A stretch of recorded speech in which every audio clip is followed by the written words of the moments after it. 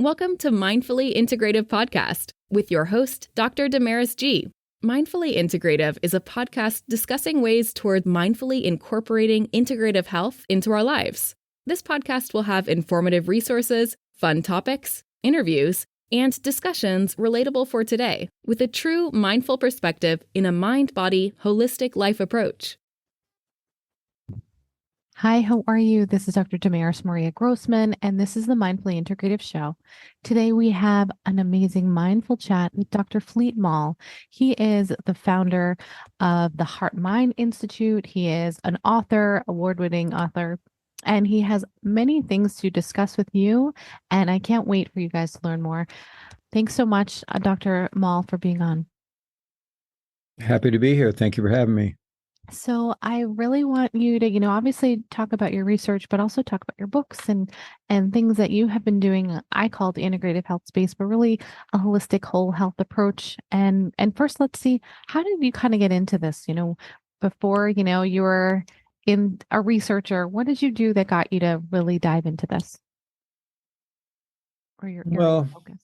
Yeah, I think growing up through school, I was always interested in the mind and always kind of a spiritual seeker just in my nature.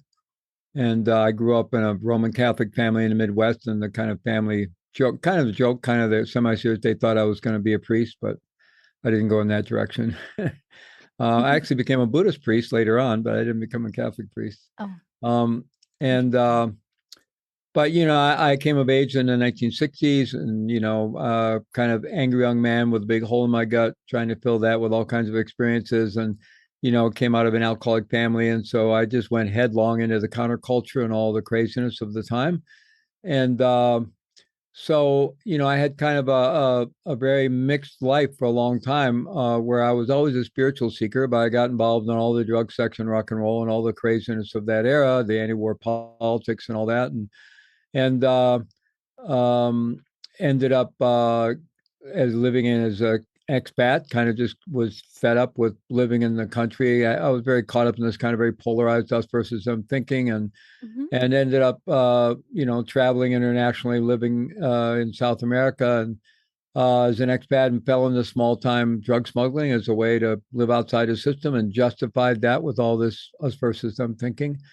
And at the same time, I was continuing to be a spiritual seeker, and that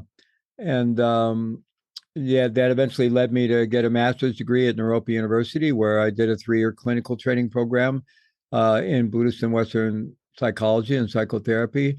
And but before I could untangle all that mess, I earned my way into a 14-year federal prison sentence. In fact, at one point, how do I not have that? Was this in your bio? It should be, yeah. Oh, goodness. I apologize. I didn't. Well, this is your story. 14 years. Oh, gosh. Yeah, I was actually, at one point, I was in an isolation cell on suicide watch. I wasn't suicidal, but I guess it was the night before my sentencing. And I was facing sentencing the next day, and I could have been sentenced. I was facing a no parole sentence. This was back when they used to have parole in the federal system. They got rid of that in 1987, but I was sentenced in 1985. And I was facing a no parole sentence of anywhere from 10 years to life. And if I'd gotten a life sentence, I would still be in prison today, unless I got a presidential pardon, and that's just not happening, right? So that's what I was facing. I ended up getting 30 years, and I pretty much thought my life was over. I was 35 at the time. Paper the next day said I'd be 65 before I have any chance of release. Once I was in prison for a number of months, after going through this hellhole of a county jail experience during trial and sentencing for 7 months, and then getting sentenced, and then going to a federal prison, after getting there, it took a while, but I kind of figured out how the system worked. And fortunately, under what they call the old law, prior to 1987, when they went from parolable sentencing to determinate sentencing, so prior to that, you earned a lot of good time if you stayed out of trouble.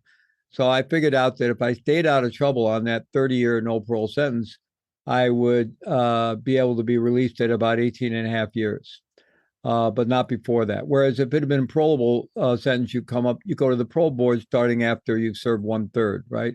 Doesn't mean they're going to let you out, but they could. But I would say I would have had to serve at least 18 and a half on that 30. I could easily served a lot more because it's really easy to get in trouble in prison. And then they start taking away chunks of that good time.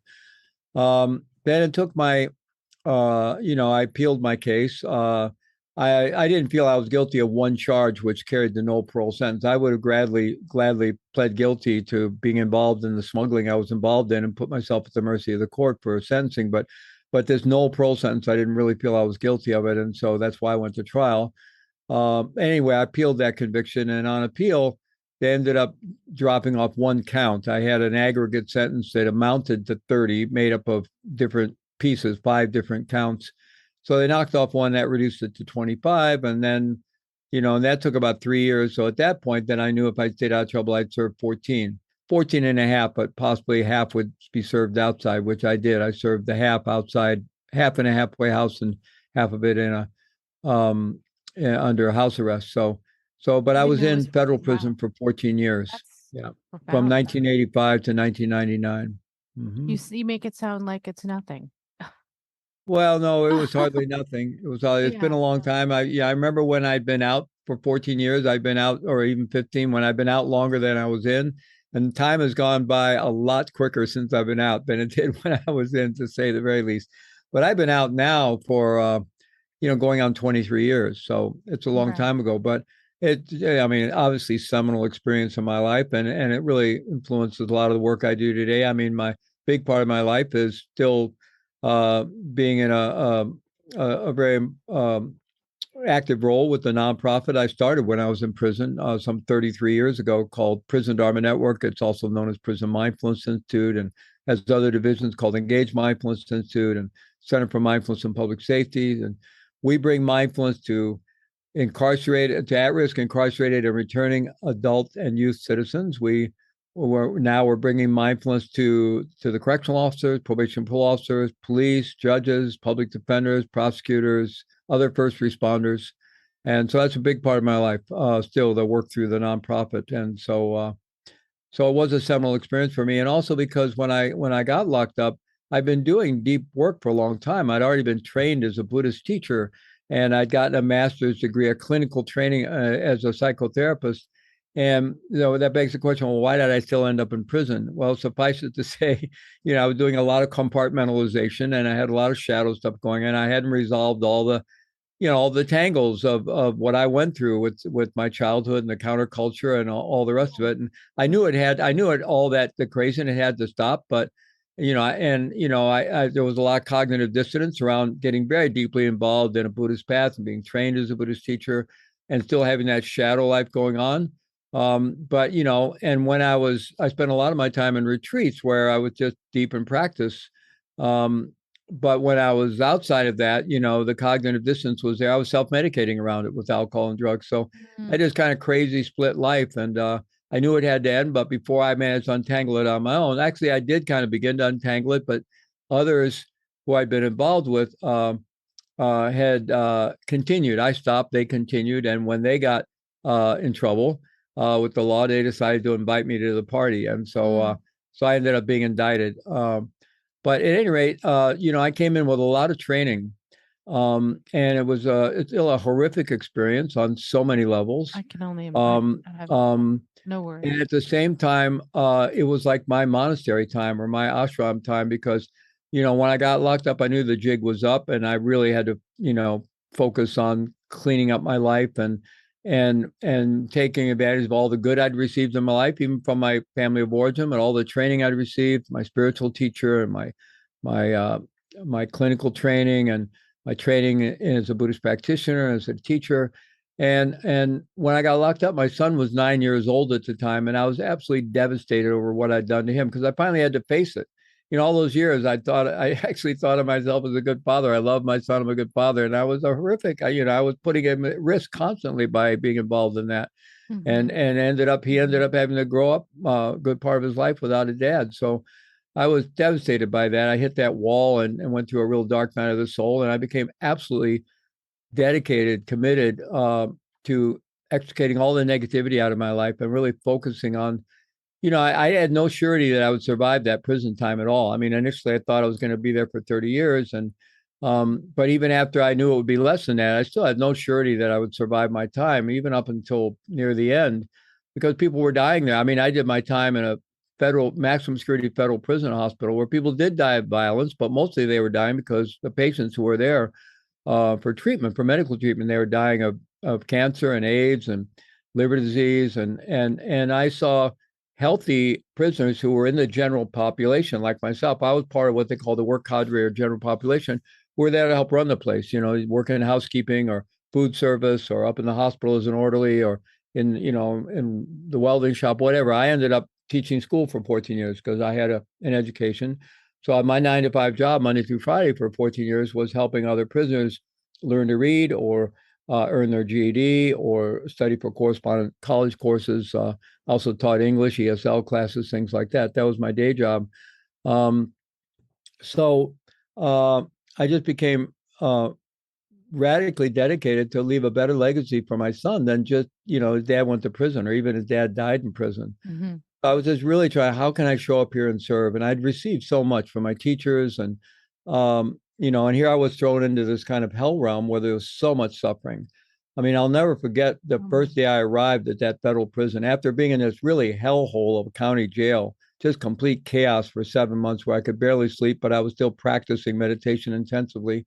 And living with the nightmares of what prison was going to be like. And I'd seen too many prison movies and hearing all the war stories from my fellow prisoners in a county jail, having nightmares of being raped and things like that. Just a lot. I got to the federal prison, and on the one hand, it was a big relief because it was a huge place. You could walk around. There was a yard you could go out and walk on. There was a workout, area. There were 10 buildings all connected by these half below ground, half above ground tunnels. So they had like windows with light, but you didn't ever have to go outside if you didn't want to. You could connect all the different buildings. And so it was a relief to be out of that county jail and into this place. But I remember the first day walking the halls, and I'm seeing men coming out of this psychiatric ward, the ones who were able to leave the ward and get out in the yard and so forth, kind of doing the Thorazine two-step or out in the yard talking to themselves. Or I was seeing men being guided around who were blind in prison, and somebody's helping them around. I'm seeing people being wheeled around in wheelchairs who are paraplegic and quadriplegic or emaciated, dying of cancer and AIDS. And it was literally the first day I was there, I thought I was in some kind of Fellini movie of suffering, right? And it just was such a shock. But in some ways, that was really good because when I arrived there, of course, I was caught up in the drama of my own situation. I'd just been sentenced to 30 years. My life was over, right? I was very much caught up in my personal drama. And then I get to this place and I'm confronted with this incredible amount of human suffering. It just woke me up out of my own self-preoccupation and all the, what I'd received from my spiritual teachers, who's, as an example, especially my primary spiritual teacher, Trungpa Rinpoche, a Tibetan master, whose life 24/7 was all about serving humanity. So, that just kicked in and I became focused on how do I show up here and how do I serve here? And how to also really focus on my own personal transformation and my own practice. I became incredibly dedicated to my own practice and my own education and my own transformation, as well as serving in that environment. So it ended up being a very transformational experience for me, although, it was still, on a good day, you only had maybe a half dozen really demeaning experiences, either with your fellow prisoners or the correctional officers, things just assaults on your humanity. And, so, it was a very corrosive environment to live in. But, through using internal spiritual practices and really focusing on my own health and well-being and my mindset and doing deep meditation practices, I actually learned to live in that very corrosive environment in a very positive way and not be overly traumatized by being in that environment. I knew there was a history, but I didn't realize it was 14 years. And the way that you talk about suffering, think about, from my teachings and from my, general experience. And I think suffering, you have it to the utmost, and to come out on the other end of this story, and saying you wanted to change and make other people's lives better, and that you're teaching during your sentence. And you got half sentenced. There has to be reason why all the work that you were doing in the prison not only did your appeal, but I mean, I do believe that you were not supposed to be in there 30 years. Like your work, it meant something, and now your work now means something. Do you find it harder now, or do you find it harder then? Find what harder? Life? Yeah, your life. I mean, this, like the word suffering as you used back then must have been, now the word suffering for you is it if you could get through that, I feel like anything is possible. Well, I do a lot of teaching and training with people. I mean, before the pandemic, I was a road warrior on the road every week all over the world, teaching all kinds of mindfulness-based programming and emotional intelligence training, and for the general public, leadership stuff, corporate stuff, prison programs, all kinds of things, doing a lot of peace work and bearing witness work in Africa and former concentration camps in Europe and so forth. Of course, when the pandemic hit, like everybody else, I've been home and doing everything online, right? Right. But I often share with people that, and I've shared this with prisoners very, very frequently. It's really important to do all this inner work so that, you can get to a place of being okay, healing our own trauma, developing greater well-being and resilience so we can live our lives from a place of well-being and resilience rather from a really traumatized place, to do the work to really get in the driver's seat of our own life rather than living in just this kind of mechanical reactive state in the interface of our childhood conditioning that we had nothing to say about, and then the circumstances that surround us as adults, right? And most of us kind of live, we may think we're, free thinking adults, autonomous adults making free thinking decisions all day long, but mostly we're very habitual, and we're mostly just living in this mechanical reactive state in this interface between the world around us and our childhood conditioning. It actually takes strong intention and practice and mind training to become conscious and become aware and be able to actually live consciously and live in a wakeful way and really direct your own life and your own destiny.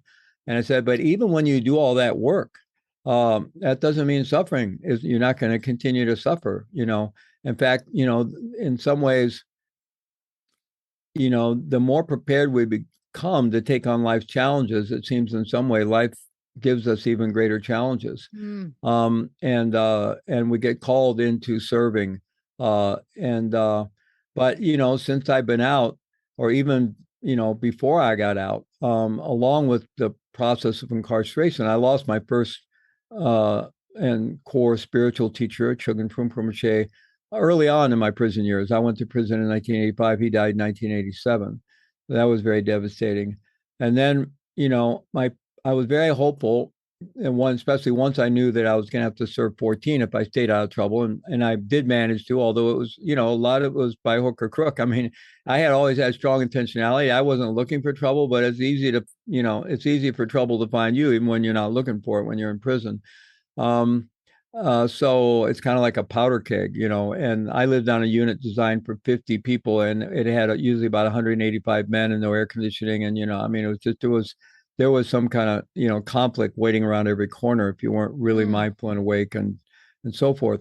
So, wow. I lost my train of thought there for a moment, but maybe I can backtrack from him to. No, with that, you were talking about suffering, and then at that time. Oh yeah. So, right around the time of getting out, I was very hopeful that I would, once I knew I was only going to serve 14, I was very hopeful that I would get out. My parents would get to see me out and, doing okay, right? And that was a very strong hope of mine. And as long as the deep longing to, to be able to be present in my son's life again. And my dad ended up dying 5 months before I got out. And my mom ended up dying 5 months after I got out. And so that was devastating, obviously. The woman who'd been my kind of off and on girlfriend before I went to, I separated from my son's mother many, many years earlier, long before I went to prison. But a woman who had been my kind of on and off, and again, girlfriend before I went to prison. I wasn't a very good boyfriend in that area. But nonetheless, we remained good friends. She was smart enough to go on with her life, and I wanted her to go on with her life, but we became really good friends and stayed in touch. She would come to visit me every couple of years. We stayed in touch by correspondence. And when I got out, we were actually considering whether to try to get back together. She was living in Canada. She had moved to Canada, had a landed immigrant there. Her daughter was there. She had a great job there. I couldn't leave Colorado, where I returned to out of prison. So, we're trying to figure that out. And just a year after I got out, she died of cancer. Oh. Um, and then the next two relationships that I got into, both, I've been blessed to meet some and, have some amazing women be part of my life. But one relationship I was in that had to end because that person was having a lot of struggles, and it was putting me at risk because I was still on probation and parole, and beautiful person, but struggling, a lot of trauma, I think. And anyway, they ended up committing suicide about 6 months after our relationship ended. So I wasn't a direct result of us breaking up. She was already in another relationship, but it was still absolutely devastating. And then I found my way into another incredible relationship with my partner, Denise, who, was just, and we were both, deep practitioners in the same tradition, and we're just an amazing human being. And, we were together about 5 years, and then she got cancer and died.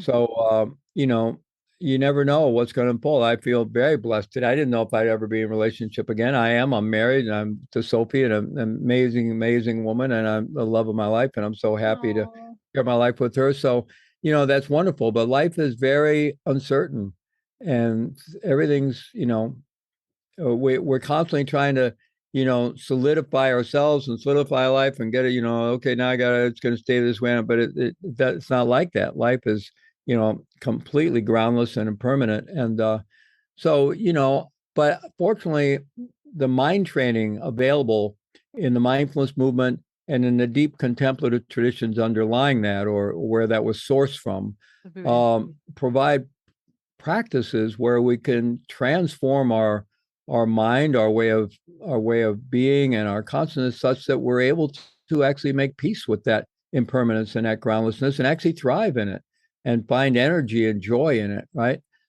Which is really the amazing You make me cry. adventure I of love this what life. you're saying. I said you're making me cry because I'm thinking about how right you are, and your thoughts and your words are just so profound.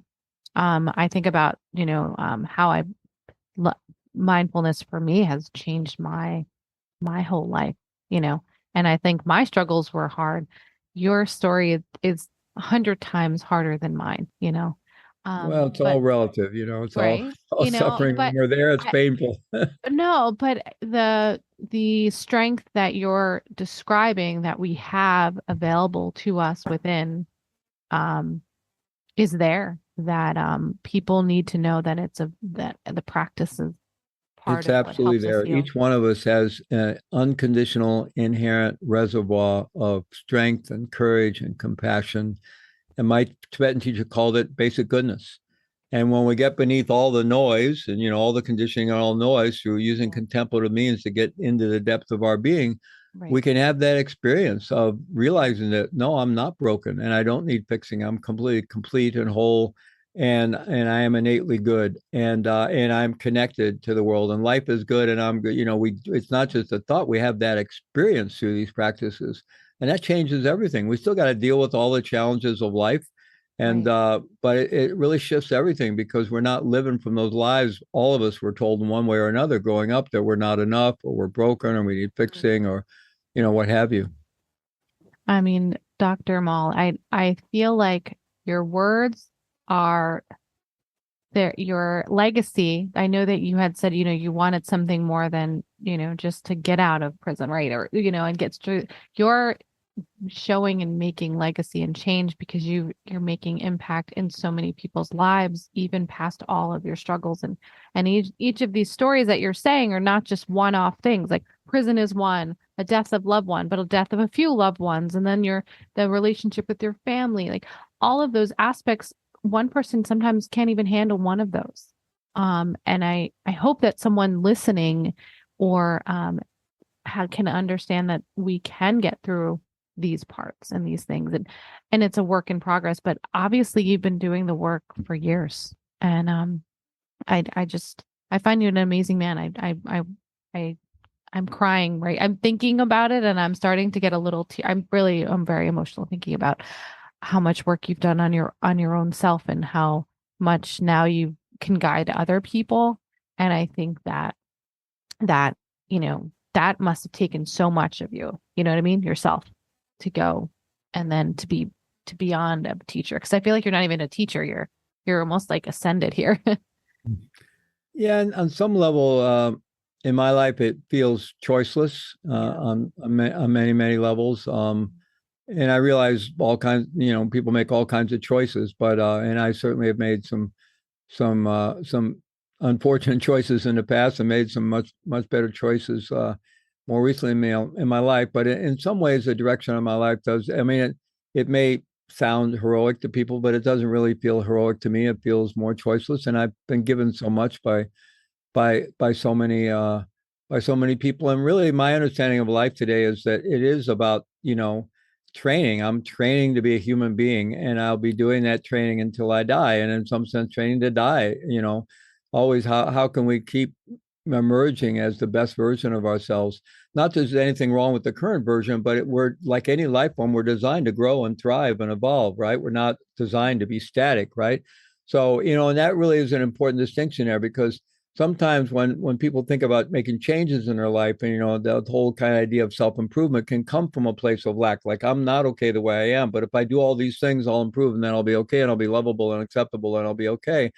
And that's not very helpful. But if we can get in touch through contemplative practices with that core of basic goodness, that innate unconditional goodness at the core of our being, then we can work on evolving and training ourselves, and from a different place, right? Not from a sense of lack or not enoughness, but just because it's natural to grow and thrive, and that's what we're here for.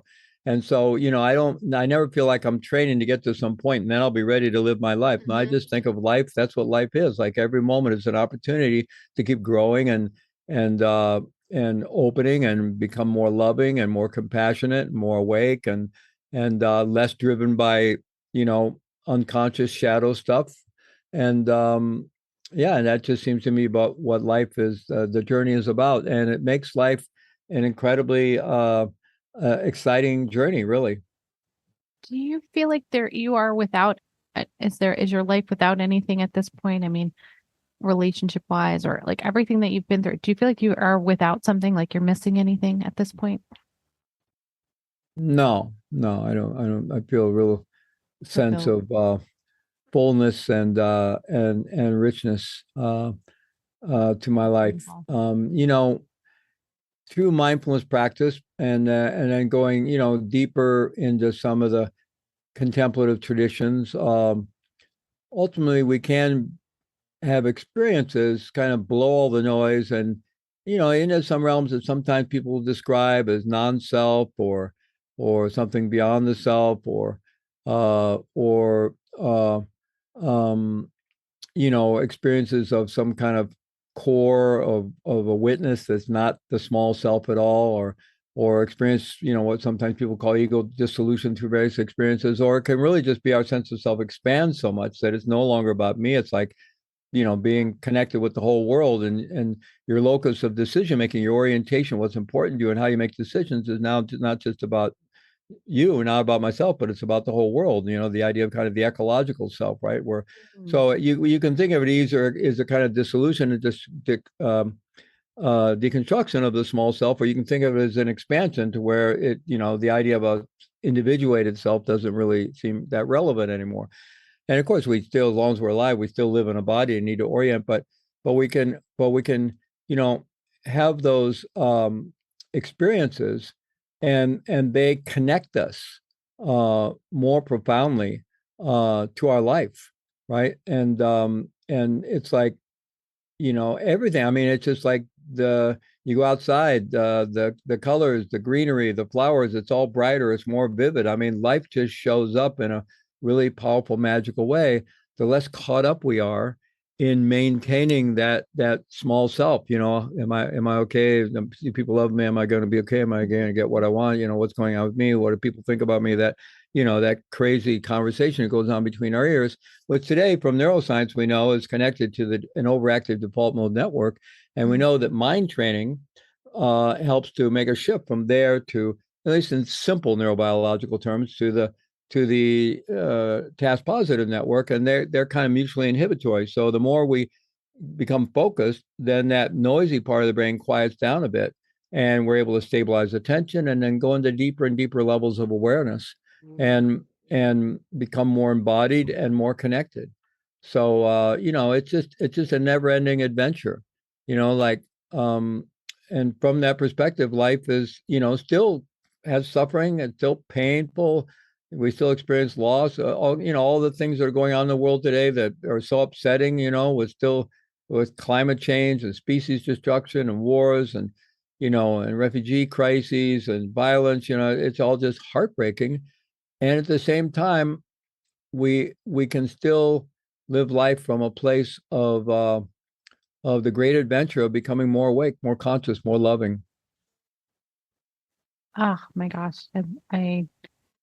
I'd like you to leave with that, but I was going to say what, I mean, you have so much to say, and it's beautiful. I was actually going to ask, in the realm of your helping your inmates with the mindfulness, I remember doing just small, I've worked in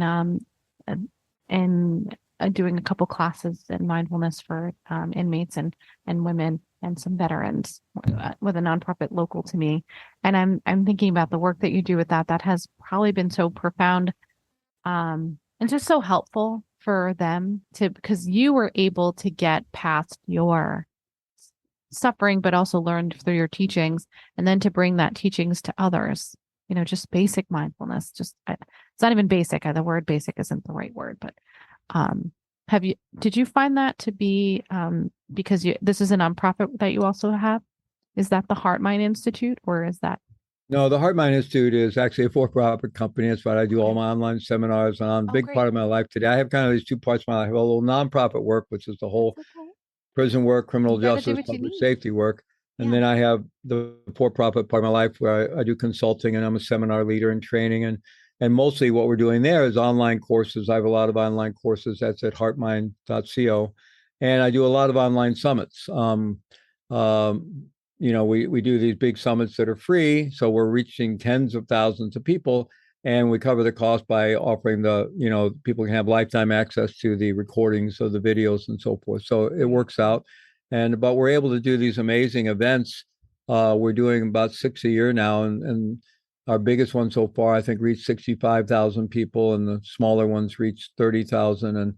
And we have one coming up in October that I'm very involved with right now on this emerging field of psychedelic assisted therapy, which is offering so much promise to so many people, right? The potential for healing is just amazing, right? So it's a really rich part of my life where I get to interview all these amazing people, and so that's a very rich part of my life, but also still being involved very much in the prison work. I mean, I still go into prisons, and, the prisons were all shut down to outside volunteers and contractors during the pandemic. They're just starting to open up again. But I will go back into prisons, and I will work with our fellow incarcerated citizens. But a lot of my work today is actually working with correctional officers, probation and parole officers. I literally spend a lot of time in person and online training them in a model we have called mindfulness-based wellness and resiliency, because that's a highly traumatized population, because they're continually faced with poor, insufficiently managed chronic stress, both primary and secondary trauma exposure, and actually there's research showing that the average life expectancy for a correctional officer who works in secure facilities for more than 20 years is like 58 years, 2 decades less than the general population.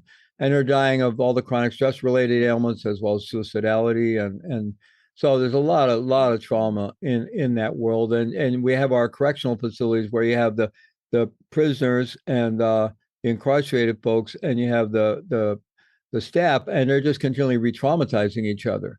Right. So So, it's like a teaching, you have, if they're going to be there, you're teaching these correctional officers to have more compassion for these inmates. Yeah, well, we don't really teach. We don't teach that to them.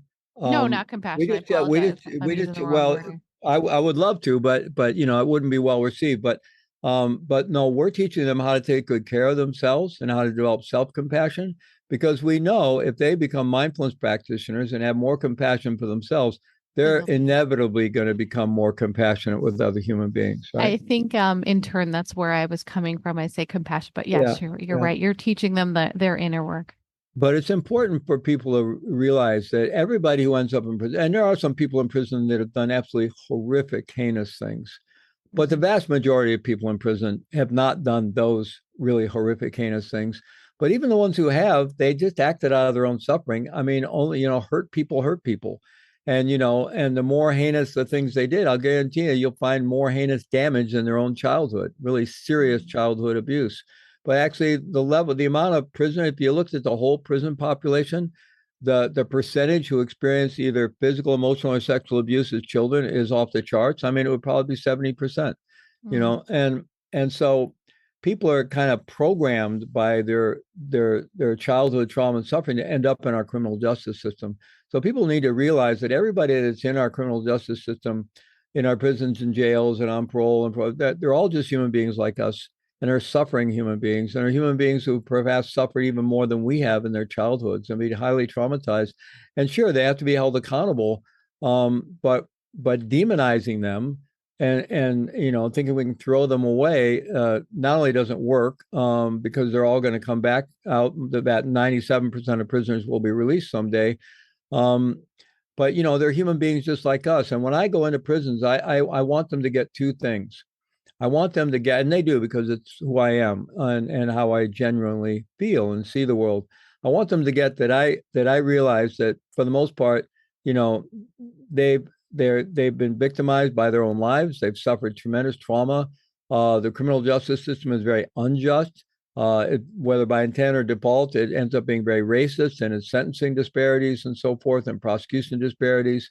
And so, I want them to I get that they are the victims of tremendous injustices from their childhood all the way through into the criminal justice system. I really want them to get that, and that I find it heartbreaking to see my fellow human beings in that situation. The other thing that I want them to also get is the only person who can turn that around is them. That their future destiny is going to be determined by one and one only thing: the decisions they're making today and the decisions they're making tomorrow. And, so sitting around and stewing around how badly you've been victimized, is very reasonable, but it isn't going to take you anywhere. And I'm not saying people should deny. I think we need to have a lot of self-compassion and acknowledge the pain and the ways we've been victimized by things. But then we don't want to be stuck there and develop that mindset. We want to say, okay, I got dealt a really tough, hand in this card game. I got really dealt some really tough circumstances. Okay, what am I going to do with that? Am I going to let that take me down? Or am I going to find some way to own that and focus on training myself to get out of prison and do some good in the world when I get out there? And if I want to change the system and overcome a lot of the injustice, well, I'm going to do that much more so as a trained, awake person who has my own act together than as, someone with a victim mindset who's just, still flailing around as an expression of my trauma, right? We have to do the work. And, who knows why some of us in life experience heartbreakingly the disparities.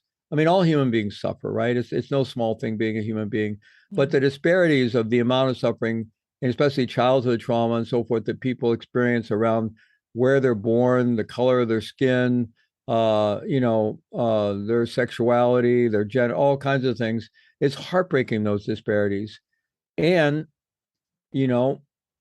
we all get dealt what we got dealt, and it's not. And I firmly believe we all need to aspire to really change that landscape. So, fewer and fewer people are getting, really that really unfair level of injustice and trauma and all that. But in the meantime, for any particular individual, it's up to them to say, I'm not going to let this take me down. I'm going to find a way to use this as fuel for transformation and go forward in my life. And of course, there's countless examples of human beings who've been able to do that from the worst circumstances you could possibly imagine. And it may seem heroic, but in some ways, life is the hero's journey, right? That's what the human life is. Joseph Campbell did such a great job of drawing from many different human traditions to kind of outline the core aspects of the steps in the classic hero's journey. But we're all on a hero's journey. That's what life is.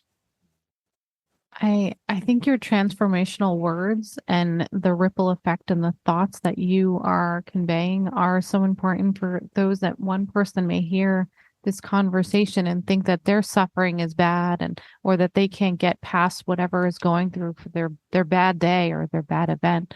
And that there is hope beyond where they're at. I think it's so necessary. And I'm so glad for you being on it. I really appreciate your time and your wealth of knowledge and all of your words. They're so deeply appreciated.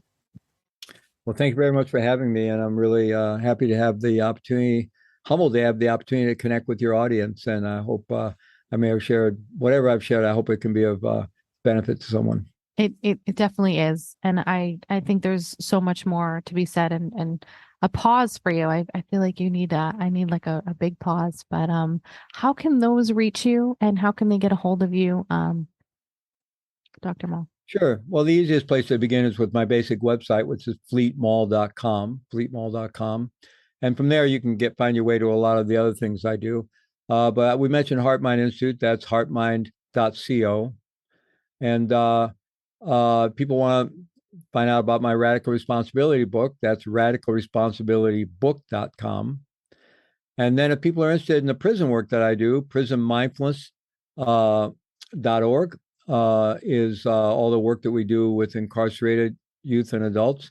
And then we train mindfulness teachers through the Engage Mindfulness Institute. That's engagemindfulness.org. And the work we do with corrections and other professionals and other public safety professionals is mindfulpublicsafety.org. So there's those three websites. There's so much. And, I'm going to have all of this in the show notes, but your work is expansive. I don't even think there's enough that I can say about what you're doing. And I can see your giving is like infinity, it's endless. Well, it keeps me out of trouble. Whatever that is okay. And I think it's like quite profound how you've been able to see your flaws and your stuff and then say, okay, how do we work through that? How do we get beyond? So thank you so much, really, for your time. Thank you. Well, thank you. Thank you very much, Damaris. And I thank you guys for listening and for watching. And of course, as I say each day, make sure you have a mindful way. Thanks again and have a blessed day. Thank you for listening to the Mindfully Integrative Show with Dr. Damaris Maria Grossman, family nurse practitioner. This podcast is for informational and educational purposes only and is not the substitute for professional medical advice, diagnose, or treat. Always consult your healthcare provider before making changes to your healthcare routine.